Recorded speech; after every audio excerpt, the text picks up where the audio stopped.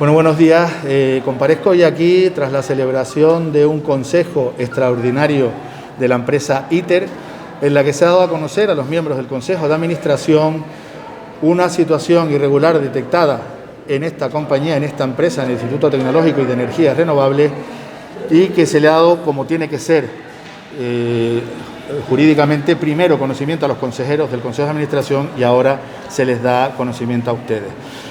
Todo se basa en que se han detectado una serie de irregularidades en el ITER y como consecuencia de ello, el jueves, día 4 de marzo, se ha presentado un informe en la Fiscalía de Santa Cruz de Tenerife mencionando estas irregularidades y poniéndola a disposición de la Fiscalía para que tome conocimiento.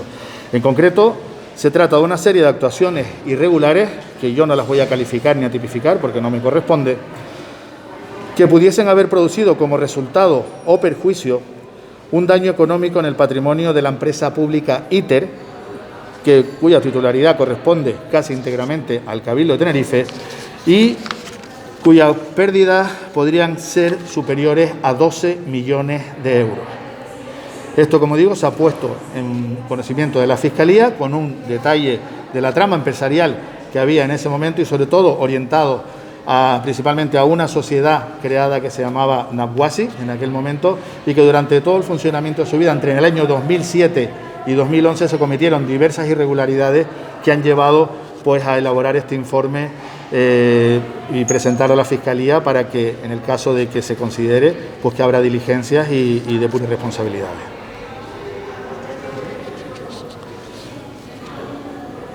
¿Necesitan algún dato más?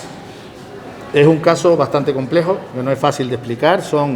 Durante el desarrollo de la vida de la empresa creada en el año 2007, es una empresa que no tenía mucha viabilidad económica y que, bueno, intentó ir funcionando. Por parte del Cabildo de Tenerife, a través del ITER, se fue inyectando constantemente dinero en esa empresa.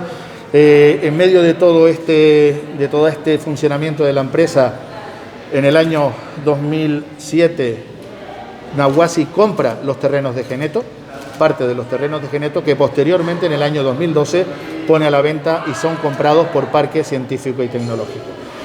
En medio de todo esto también hay una situación muy curiosa, que es la adquisición de un proyecto de construcción a una entidad, NAPWASI, por parte del ITER, por valor de 4 millones de euros, cuando resulta que el proyecto, es decir, el NAP, ya estaba construido y en funcionamiento en el ITER 3 meses antes de haberse hecho esta compra. Es decir, se ha comprado un proyecto de ejecución de ese NAP en Geneto, cuando ya estaba en funcionamiento en el ITER, el NAP, 3 meses antes y construido con fondos propios. Y el proyecto, en este caso, el proyecto del NAP, por parte del ITER, costó 250.000 euros. ¿Cuál era el objeto de esa sociedad? El objeto de esa sociedad era construir un punto de acceso a la red en Tenerife. Se hizo un estudio, se vio que era un sitio muy viable para hacerlo. Inicialmente se pensó que donde tenía que construirse era en Geneto, cuando todos sabemos que no es el mejor sitio para llevar cable submarino hasta la zona de Geneto, y el objetivo era crear ese centro de acceso a la red, el NAP. Se creó la sociedad y, bueno, pues su objeto ha ido cambiando, no ha sido rentable.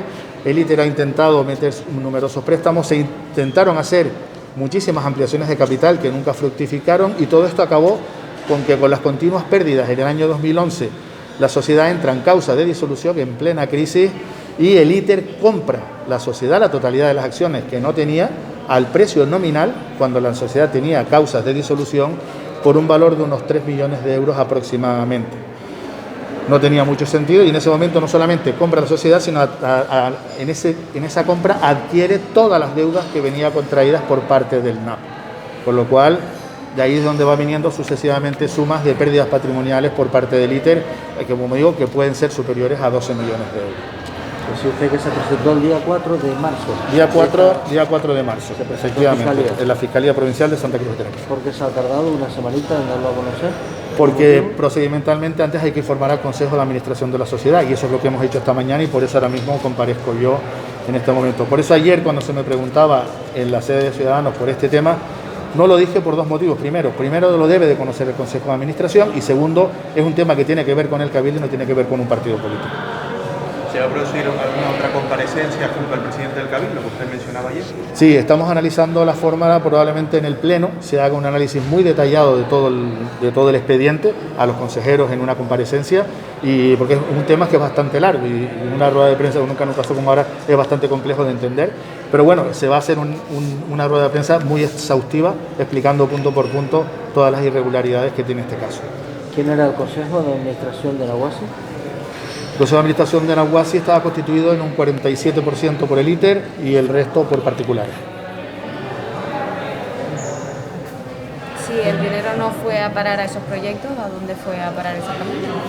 No, el dinero fue con las continuas pérdidas que tenía la empresa, la sociedad, que al final pues no tenía viabilidad económica, estaba mal planteada desde el inicio, y al final lo que se fue haciendo es inyectando dinero para ir tapando las pérdidas que tenía, hasta que llegó el momento que ya era insostenible y tuvo el ITER el ITER quiso comprar la totalidad de las acciones, además a un valor superior al que correspondía en aquel momento cuando compramos acciones de una empresa que está en causas de disolución en el año 2011.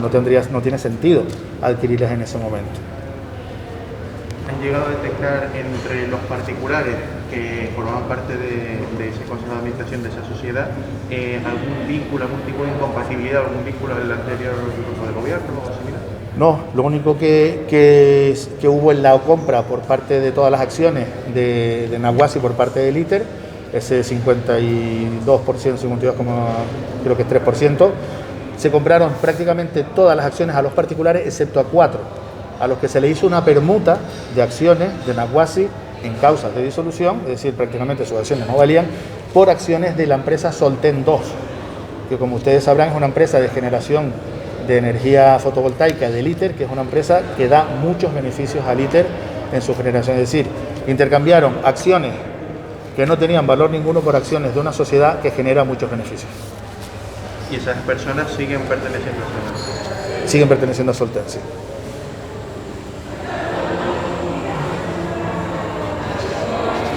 Gracias.